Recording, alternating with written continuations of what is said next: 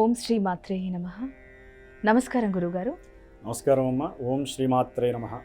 గురుగారు, ఈ జూన్ మాసంలో నవగ్రహాల స్థితిగతుల ఆధారంగా ద్వాదశ రాశుల వారికి ఏ విధంగా ఉంటుందో తెలియజేయండి. తప్పకుండా.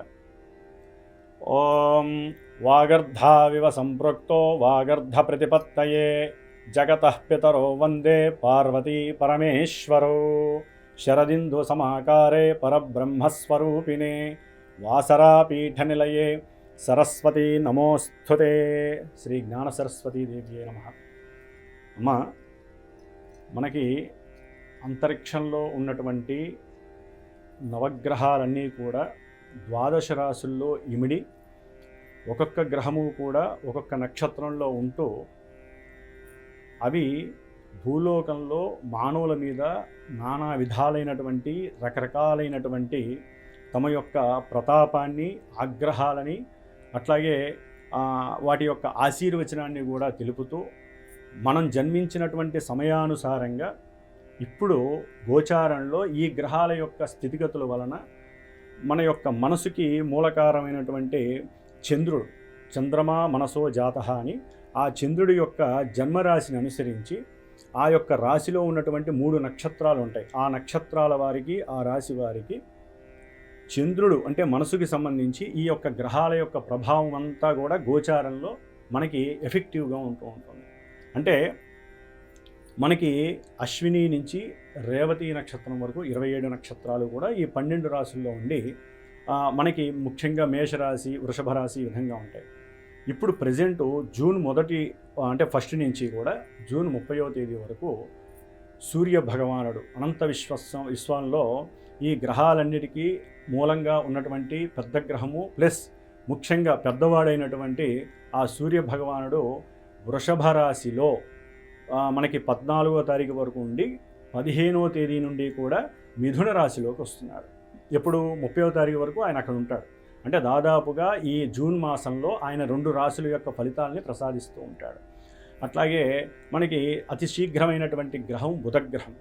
ఈ బుధగ్రహం దాదాపుగా ఈ జూన్ మాసంలో 6వ తేదీ వరకు కూడా రవితో కలిసి దాదాపుగా వృషభ రాశిలో ఉంటూ 6వ తారీఖు నుంచి 22వ తేదీ వరకు కూడా మిథున రాశి తన యొక్క సొంత రాశిలో బుధుడు ప్రవేశిస్తున్నాడు గురుడితో కలిసి. కాబట్టి ఈ 22వ తారీఖు నుంచి మళ్ళీ 30వ తారీఖు వరకు కూడా జూన్ మాసం అంటే ఇంకా తర్వాత ఉంటాడు ఆయన. 30వ తారీఖు వరకు కూడా మళ్ళీ కర్కాటక రాశిలో ఆయన ప్రవేశిస్తాడు. అంటే దాదాపుగా జూన్ మాసంలో అతి శీఘ్రంగా బుధగ్రహం అనేటటువంటిది 3 రాశుల్లో ప్రవేశాన్ని సూచిస్తుంది. దాన్ని బట్టి మళ్ళీ రాశుల వాళ్ళకి వ్యాపారాలు కానివ్వండి, కొన్ని భావాలు ఉంటాయి, మనం తెలియజేసుకున్నాం.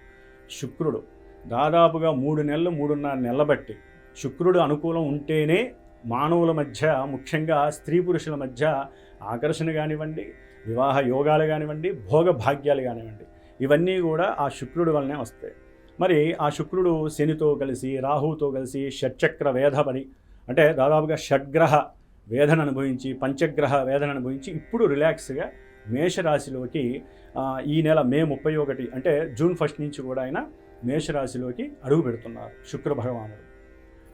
తర్వాత కుజగ్రహం, ఈయన దాదాపుగా 7.5-8 నెలల బట్టి తన యొక్క సంచారాన్ని ఇటు మిథున రాశి, ఇటు కర్కాటక రాశి స్తంభన అంటారు, కుజస్తంభన. ఈ కుజస్తంభనతో బీభత్సం అయిపోయింది రియల్ ఎస్టేట్ వ్యాపారం కానీ, లేకపోతే ప్రమాదాలు కావచ్చు. మనం ఎన్నో చూసాం, ఇప్పుడు ఎన్నో ప్రమాదాలు కానీ, యుద్ధాలు కానీ. ఈయన ఈ యొక్క జూన్ 6వ తేదీ అయిపోయి 7వ తారీఖు నుంచి కూడా మిత్రరాశి అయినటువంటి సింహరాశిలోకి అడుగు పెడుతున్నారు. అంటే దాదాపుగా ఈ యొక్క 4 గ్రహాలు కూడా 4 రాశుల యొక్క వీక్షణలు, ముఖ్యంగా బుధగ్రహం అతి శీఘ్రంగా ప్రయాణం చేస్తూ 3 రాశులు మారుతోంది. బుద్ధికి కారకుడు, మరి బుద్ధుల్లో ఏ రకమైన మార్పులు వస్తాయో, వ్యాపార కారకుడు, వ్యాపారాల్లో ఎటువంటి క్రియేషన్స్ జరుగుతాయో గురుడితో కలుస్తున్నాడు ఆయన. కాబట్టి ఈ యొక్క గ్రహాలు ఆల్రెడీ గురుడు మనకి మిథున రాశిలో ఉన్నారు, శని భగవానుడు మీనరాశిలో ఉన్నాడు, రాహుగ్రహం మొన్ననే మారింది, ఆయన కుంభరాశిలో ఉన్నాడు, కేతువు సింహరాశిలో ఉన్నాడు. అంటే నవగ్రహాల యొక్క సంచారం జూన్ 1 నుంచి మనకి జూన్ 30వ తేదీ వరకు మేషాది రాశుల వారికి అంటే మీనరాశి పర్యంతం వారు ఏ ఏ స్థానాల్లో ఉంటే ఏ రకమైనటువంటి అవకాశాలు, అదృష్టాలు, ప్రతిబంధకాలు ఇస్తారో మనం చక్కగా ఒక్కొక్క రాశి వైజు మనం తెలుసుకునేటటువంటి అవకాశాన్ని మనం తీసుకుందాం. గురుగారు, చివరిదైన మీనరాశి వారికి ఈ జూన్ మాసంలో ఏ విధమైనటువంటి ఫలితాలు ఉండబోతున్నాయి, అలాగే వారు పాటించాల్సిన నియమాల గురించి తెలియజేయండి. తప్పకుండా అమ్మ. మీనరాశి ఇది చాలా ఆనందకరమైనటువంటి ఉత్తేజభరితమైనటువంటి రాశిగా మనం చెప్పుకోవచ్చు. మేషాది రాశుల్లో 12వ రాశి, అంటే పూర్తిగా ఆధ్యాత్మిక చింతనకి సంబంధించినటువంటిది. మోక్షాన్ని, ఏ మానవుడికైనా సరే మోక్షాన్ని ఇచ్చేటటువంటి రాశి ఏదే అంటే మీనరాశి. దాని అధిపతి కూడా గురుడు. చాలా చాలా జ్ఞానాన్ని ఆపాదించుకున్నటువంటి వ్యక్తుల్లో ఈ యొక్క మీనరాశి. అయితే దాంట్లో మూడు నక్షత్రాలు ఉంటాయి. పూర్వభాద్ర, ఉత్తరాభాద్ర, రేవతి అనే 3 నక్షత్రాలు 3 రకాల దారులు కలిగి ఉంటాయి. అయితే ఈ మీనరాశి వారికి మార్చి 30 నుంచి కూడా చక్కగా ఏలినాడి శని వచ్చి నెత్తి మీద కూర్చున్నాడు శని భగవానుడు అని చెప్పి ఒక నానుడి. సరే, అది ఆరోగ్యపరంగా కొంత సిచ్యువేషన్స్ లోపాన్ని కలుగు చేస్తూ ఉంటాయి. పాద బాధలు కావచ్చు, పాదాల్లో తిమ్మిర్లు కావచ్చు, లేకపోతే ముఖ్యంగా ఉద్యోగస్తులు ఎవరైతే ఉంటారో, అది వృత్తిపరంగా ఏ వృత్తి అయినా సరే, ఉద్యోగం కర్మకారకుడు ఆయన శని భగవానుడు రాశిలో ఉన్నాడంటే పూర్తిగా వాళ్ళలో ఉన్న మాలిన్యం అంతా తీసేటటువంటి శక్తి ఒక్క శని భగవానుడు మాత్రమే. ఏలినాటి శని అంటే మన పూర్వజన్మలో చేసుకున్న కర్మల్ని ఈ జన్మలో పూర్తిగా బంగారం ఏ విధంగా అయితే ఆభరణం అవుతుందో అలా చేసేస్తాడు మనల్ని. బట్ చెడ్డవాడు కాదు. మనలో ఉన్న చెడుని తీసేటప్పుడు ఇబ్బందిగా ఉంటుంది అమ్మా. ముళ్ళు గుచ్చుకున్నప్పుడు తెలియదు, ముళ్ళు తీసేటప్పుడు బాధ ఎక్కువగా ఉంటుంది. కాబట్టి ఆ ముళ్ళుని తీసే కర్మ కారకత్వమే శని భగవానుడు. కాబట్టి మరి ఈ యొక్క శని భగవానుడు ఉన్నటువంటి ఆ యొక్క మీన రాశికి సంబంధించి జూన్ 15 వరకు కూడా సూర్య భగవానుడు వృత్తి ఉద్యోగ విషయాలలో చాలా అనుకూలమైనటువంటి పాజిటివ్ యాక్షన్స్నే ఇస్తున్నాడు. ఆర్థికంగా మంచి లాభాన్ని, వీరు మాట్లాడే ప్రతి మాటకి ధనం వచ్చి పడుతుందని కూడా చెప్పుకోవచ్చు. అంటే వృత్తిలో ఉన్నతమైనటువంటి స్థితికి ప్రణాళికలు తయారు చేసే శక్తి వీరికి ఎక్కువగా ఉంది. చేస్తున్నారు కూడా ఆల్రెడీ ఈ మీనరాశి వారు. దానికి సంబంధించిన ప్రణాళికలు, వృత్తిలో మేము ఎదగాలి, ధనాన్ని ఎక్కువగా సంపాదించాలి, దానికి అట్లాగే ఫాలో అవుతున్నారు. తర్వాత జూన్ 15 నుంచి జూన్ 30 వరకు 4వ స్థానంలో రవి భగవానుడు వెళ్ళినప్పుడు కంఫర్ట్నెస్ తగ్గుతుంది. అంటే వీళ్ళు చేసే వృత్తి ఉద్యోగంలో కంఫర్ట్నెస్ తగ్గి ఆలోచనలు ఎలా వెళ్ళిపోతాయంటే బిజినెస్ వైపుకి వెళ్తాయి. ఎందుకంటే రవి ఆల్రెడీ బుధుడు గురుడు కలిసి ఉంటారు. జూన్ 6 నుంచి జూన్ 22 వరకు కూడా బుధుడు గురుడితో కలిసి ఉంటారు. మంచి సౌఖ్యకరమైనటువంటి, అంటే వృత్తి ఉద్యోగం వదిలేసేయండి, వ్యాపారం దగ్గరికి వెళ్ళిపోతుంది వీళ్ళ ఆలోచన మొత్తం కూడా. ఎట్లా డెవలప్ అవ్వాలి, లేకపోతే ఈ మీనరాశి వాళ్ళకి విదేశాల వాళ్ళతో కమ్యూనికేషన్ ఎట్లా చేయాలి, ఏ విధంగా నేను పెద్ద వెహికల్ కొనాలి, పెద్ద ఇల్లు ఎలా నిర్మించాలి, స్థలాన్ని ఏ విధంగా కొనాలి, ఈ ఆలోచనలు ఎక్కువైపోతూ ఉంటాయి వీళ్ళకి.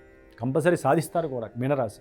అంటే అందరూ సాధిస్తారా అంటే అది కష్టమైనటువంటి పనమ్మ. ఇది ఓన్లీ గోచార ఫలితాలే. జాతకంలో వాళ్ళకి యోగం ఉంటేనే ఈ గోచారంలో అవి పాజిటివ్గా వస్తాయి, లేకపోతే సమస్యలు ఇంకో రకంగా మారే అవకాశం ఉంటుంది. కాబట్టి చతుర్థంలో ఉన్నటువంటి బుధుడు వలన వీళ్ళ యొక్క ఆలోచనలు, లేకపోతే తల్లి యొక్క సహాయ సహకారాలు వీళ్ళకి ధనపరంగా మంచి లాభాన్ని కలుగజేస్తాయి. బయట ప్రపంచంలో కూడా సంఘంలో వీరి యొక్క కీర్తి ప్రతిష్టలు ఒక తారాస్థాయికి చక్కగా అందుతాయని కూడా చెప్పుకునే అవకాశం ఉంటుంది. సహాయ సహకారాలు అందుతాయి ముందు వీళ్ళకి. ఏది వృత్తి చేసేటటువంటి వృత్తిలో ఏదో రూపకంగా వీళ్ళకి సహకారం అందుతుంది. దాని ద్వారా వీళ్ళ ఎదుగుదల ప్రారంభమవుతుంది. కాబట్టి ఈ విధంగా రవి బుధ గురులు 4వ స్థానంలో ఉండి సౌఖ్యాన్ని ఇచ్చే అవకాశం ఉంటుంది. ఏదో కొత్త ధనాన్ని అన్వేషిస్తూ ఉంటారు, కొత్తగా ఇంకేదో సాధించాలనే తాపత్రయం పెరుగుతుంది వీళ్ళకి. అట్లాగే విద్యార్థులు, ముఖ్యంగా విద్యాస్థానంలో 4 గ్రహాలు ఉండటం, తండ్రి యొక్క కోపం వలన విద్యార్థుల్లో కొంత వీరు చదువుకునేటటువంటి నాలెడ్జ్ అనే శాతం తగ్గే అవకాశం ఉంటుంది. తండ్రి యొక్క ప్రోత్సాహం బాగా ఉండాలి వీళ్ళకి. దాని ద్వారా విద్యలో వీళ్ళు నిఘంటువుగా ఒక స్థాయికి వెళ్ళే అవకాశం ఉంటుంది. జీవితంలో ఇది కర్మగా వారిని చక్కగా వెతుక్కుంటూ వెళ్ళి ఉన్నతమైనటువంటి విద్యాస్థానంలో కూర్చోబెట్టే అవకాశం ఉంటుంది. అట్లాగే ఆకస్మికంగా వచ్చేటటువంటి కొన్ని అనారోగ్య సమస్యల వలన విద్యలో ఆటంకాలు కలుగుతాయి.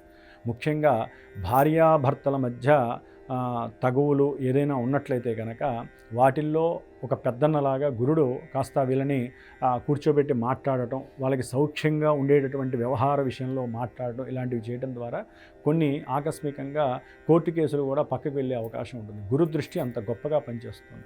ఆకస్మికంగా భార్యాభర్తల ద్వారా ధనలాభాలు, సహాయ సహకారాలు కూడా అందే అవకాశం ఉంటుంది. ముఖ్యంగా ద్వితీయంలో ఈ నెలల్లా కూడా శుక్రుడు విపరీతమైనటువంటి ధనలాభాన్ని మీనరాశి వారికి ఇస్తున్నాడు. విపరీతమైనటువంటి ధనలాభం, దాని ద్వారా వీరు సంపాదించడమే కాదు, అవతల వ్యక్తులకి సహాయం చేయాలనేటటువంటి తాపత్రయం పెరుగుతుంది. వీరికి ఆకస్మికంగా ధనలాభం కలుగుతుంది, ధన సహాయం చేసే అవకాశం కూడా కలుగుతుంది. కుటుంబంలో వీరి యొక్క మాట చెల్లుతుంది. వీరు ఏది మాట్లాడినా అవతల వాళ్ళు గ్రహించే పరిస్థితి కూడా వీళ్ళకి అనుకూలత్వాన్ని కలుగజేసే అవకాశం కలుగుతుంది. ముఖ్యంగా మీనరాశి వారికి కుజుడు జూన్ 6వ తేదీన కేతు ఆల్రెడీ వచ్చి ఉన్నాడు, కుజుడు ఇప్పుడు వస్తున్నాడు కాబట్టి భార్యాభర్తల మధ్య లీగల్ ఇష్యూస్ ఏమన్నా ఉంటే అవన్నీ కూడా ఒక కొలిక్కి వచ్చే అవకాశాలు ఉంటాయి. అట్లాగే ఉద్యోగంలో తప్పనిసరిగా కొన్ని మార్పులు జరుగుతాయి. ఉన్నతమైనటువంటి ఉద్దండ స్థాయికి వెళ్ళే అవకాశాలు ఈ యొక్క మీనరాశి వారికి ఉద్యోగంలో ఈ కుజ భగవానుడు ఇస్తున్నాడు. ఆ ఉద్యోగంలో ఎదగడం ద్వారా వీరికి ఉన్నతమైనటువంటి ఆర్థిక భాగ్యస్థితి కలుగుతుంది. చక్కగా దాచుకుంటారు, తీసుకెళ్ళి అంతర్గతంగా దాచుకునే పరిస్థితి వీళ్ళు. కుజ భగవానుడు అట్లా చేస్తూ ఉంటాడు కాబట్టి ఈ విధంగా ఉంటుంది. కాకపోతే వీరికి కూడా, ఈ రాశి వారికి కూడా మరి కాలసర్ప యోగ దోషం అనేటటువంటిది జూన్ నెలలో తగులుతోంది కాబట్టి 15 నుంచి జూన్ ఎండింగ్ వరకు కూడా మరి అన్ని గ్రహాలు దీంట్లో ఉంటాయి కాబట్టి వీరికి ఆర్థికంగా లేకపోతే మాటపరంగా కొంత ఇబ్బందులు కలిగే అవకాశం ఉంటుంది. ఆలోచించి మాట్లాడడం చాలా చాలా విశేషం వీళ్ళు. ఎందుకంటే మాట వలన ఉద్యోగంలో కొన్ని సమస్యలు కూడా కలిగే అవకాశం. ఒక్క కుజుడే లేడు కదా 6వ స్థానంలో, కేతువు కూడా ఉన్నాడు. దానివల్ల ఏంటంటే లేనిపోని భగ్గుమనే సమస్యలు కలిగే అవకాశం ఉంటుంది. ఉన్నట్టుండి ఉద్యోగం కూడా పోయే అవకాశం ఉంటుంది.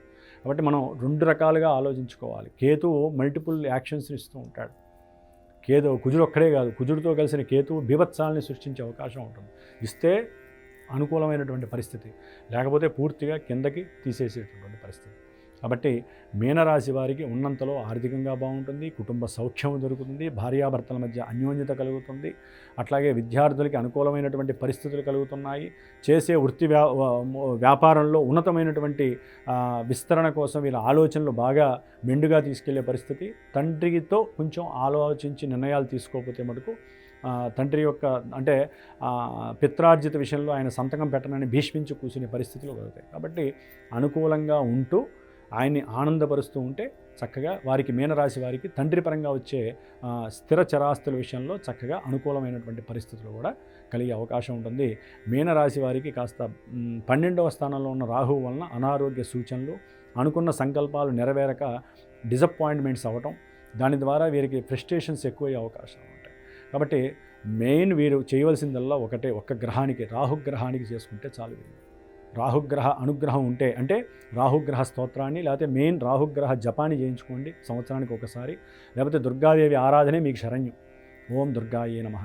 దుర్గా 32 నామం అని 32 నామాలు ఉంటాయి. పొద్దున సాయంత్రం చదువుకోవడం ద్వారా వీరికి మనసులో కలిగేటటువంటి వికారమైనటువంటి ఆలోచనలు ఎక్కువగా కలగకుండా, డిసప్పాయింట్మెంట్స్ లేకుండా, జీవితం మీద విరక్తి కలగకుండా ఉండటానికి, లేకపోతే రకరకాల కొంతమందికి మీనరాశి వాళ్ళకి దుర్వ్యసనాలు, శని రాహుల యొక్క ప్రభావం వలన దుర్వ్యసనాలకు కూడా ఫ్రెండ్స్ వలన లేకపోతే వారంతటా వారు ఒంటరిగా ఉండటం ద్వారా కొంతమందికి దుర్వ్యసనాలు కలిగి